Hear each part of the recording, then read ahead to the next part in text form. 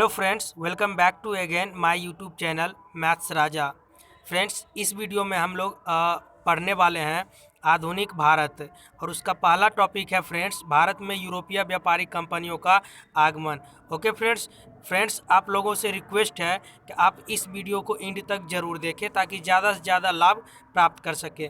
Friends, आपको पता होगा अगर आप बीपीएससी के प्रिपरेशन करते हैं तो बीपीएससी में जो हिस्ट्री का वेटेज होता है वो काफ़ी ज़्यादा होता है फ्रेंड्स।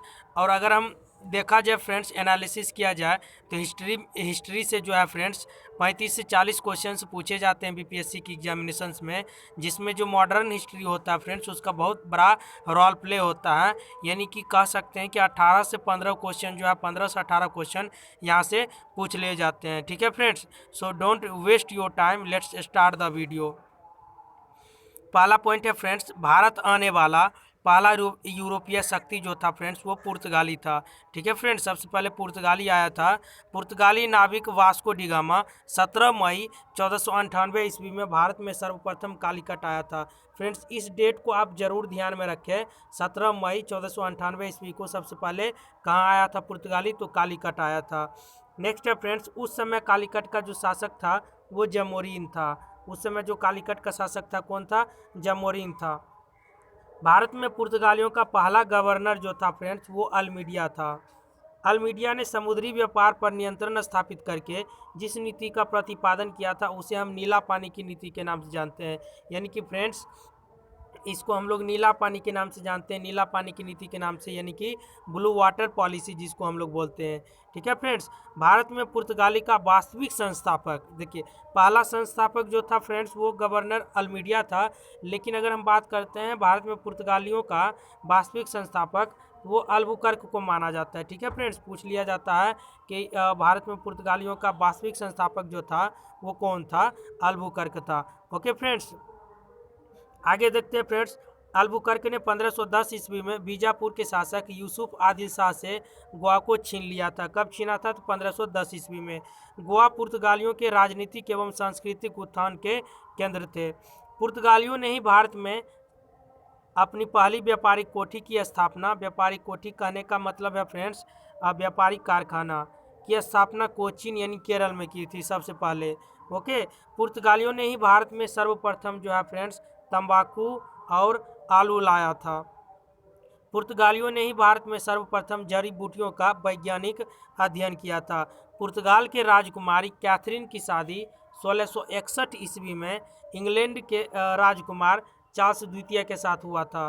ठीक है फ्रेंड्स, जो पुर्तगाल की राजकुमारी थी वो कैथरीन थी और इसकी शादी 1661 ईस्वी में इंग्लैंड के राजकुमार चार्ल्स द्वितीय के साथ हुई थी। इस विवाह के फलस्वरूप पुर्तगालियों ने चार्ल्स द्वितीय को बम्बई दहेज के रूप में दिया था। क्या दिया था?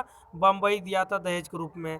चार्ल्स द्वितीय ने 1668 ईस्वी में बम्बई को 10 पाउंड वार्षिक किराए पर ईस्ट इंडिया कंपनी को दे दिया। कब दे दिया था? 1668 ईस्वी में।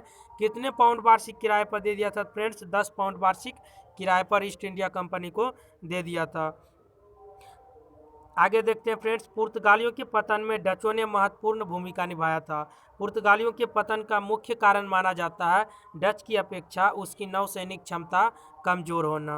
ओके फ्रेंड्स, अगर फ्रेंड्स आपको कहीं भी दिक्कत हो तो अपना भाई समझकर हमें ज़रूर कमेंट करें।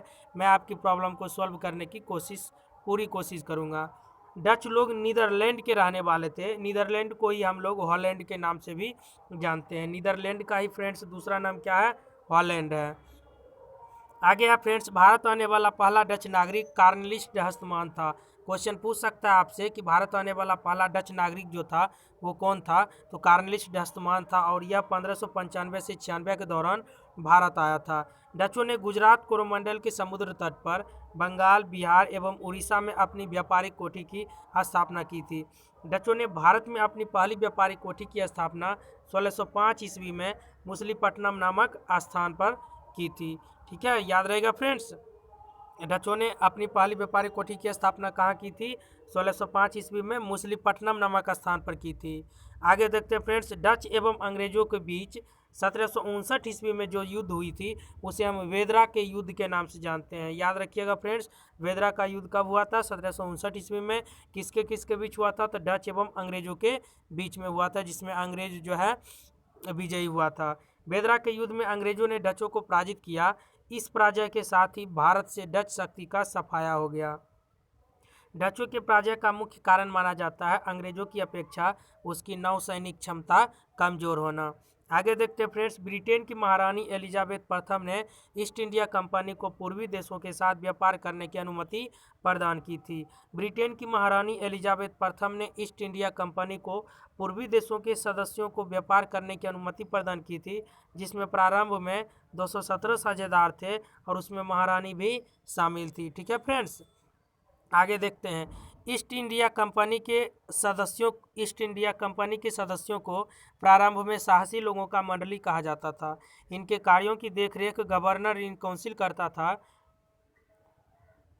ब्रिटेन के सम्राट जेम्स प्रथम ने अपने पहले राजदूत के रूप में कैप्टन हॉकिंस को भारत भेजा था, और उस समय जो मुगल बादशाह था वो क्या था फ्रेंड्स, कौन था, जहांगीर था। यहाँ से क्वेश्चन पूछता है फ्रेंड्स कि ब्रिटेन के सम्राट जेम्स प्रथम ने अपने पहले राजदूत के रूप में किसको भेजा था भारत, तो कैप्टन हॉकिंस को भेजा था, और उस समय मुगल बादशाह कौन था, तो जहांगीर था। दूसरा भेजा था फ्रेंड्स सर थॉमस रो को, उस समय भी मुगल बादशाह कौन था, जहांगीर ही था। ठीक है, कैप्टन हॉकिंस को जहांगीर ने 400 का मनसब प्रदान किया था। चलिए फ्रेंड्स आगे बढ़ते हैं, आई होप आपको समझ में आ रहा होगा।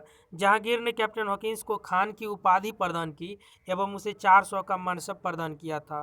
ब्रिटेन के सम्राट जेम्स प्रथम ने अपने दूसरे राजदूत के रूप में सर थॉमस रो को भारत भेजा था, उस समय मुगल बादशाह भी जहांगीर ही था। अंग्रेजों ने भारत में अपनी पहली व्यापारिक कोठी की स्थापना 1608 ईस्वी में सूरत में स्थापित की थी, जिसे मान्यता 1613 ईस्वी में मिली थी। आगे देखते हैं। अंग्रेजों ने पूर्वी भारत में अपनी पहली व्यापारिक कोठी की स्थापना 1633 ईस्वी में उड़ीसा के बालासोर नामक स्थान पर स्थापित किया था। 1633 में उड़ीसा के बालासोर नामक स्थान पर।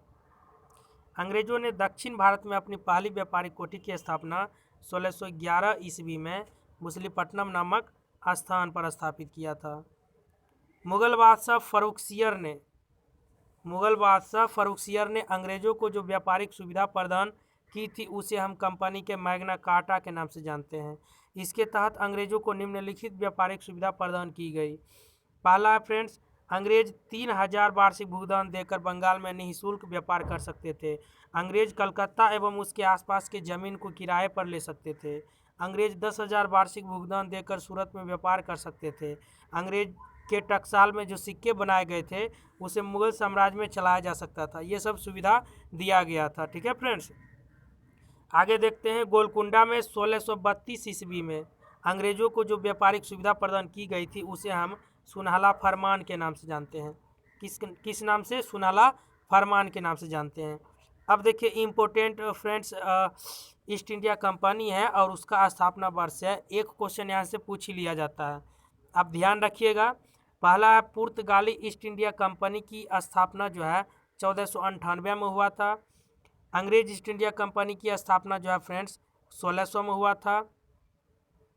ठीक है friends, Dutch east India company की स्थापना 1602 में, डेनिश का 1616, फ्रांसीसी ईस्ट इंडिया कंपनी 1664 और सबसे लास्ट में आया था friends Swedish east India company 1731 में। ठीक है फ्रेंड्स, आगे देखते हैं। जिस समय अंग्रेजी ईस्ट इंडिया कंपनी की स्थापना हुई थी उस समय भारत में मुगल बादशाह अकबर था। ध्यान रहेगा आपको। चलिए ठीक है फ्रेंड्स, इस वीडियो में इतना ही फ्रेंड्स। नेक्स्ट हम लोग देखेंगे नेक्स्ट वीडियो में अंग्रेज एवं फ्रांसीसियों के मध्य संघर्ष। तो thank you very much and thank you for watching video.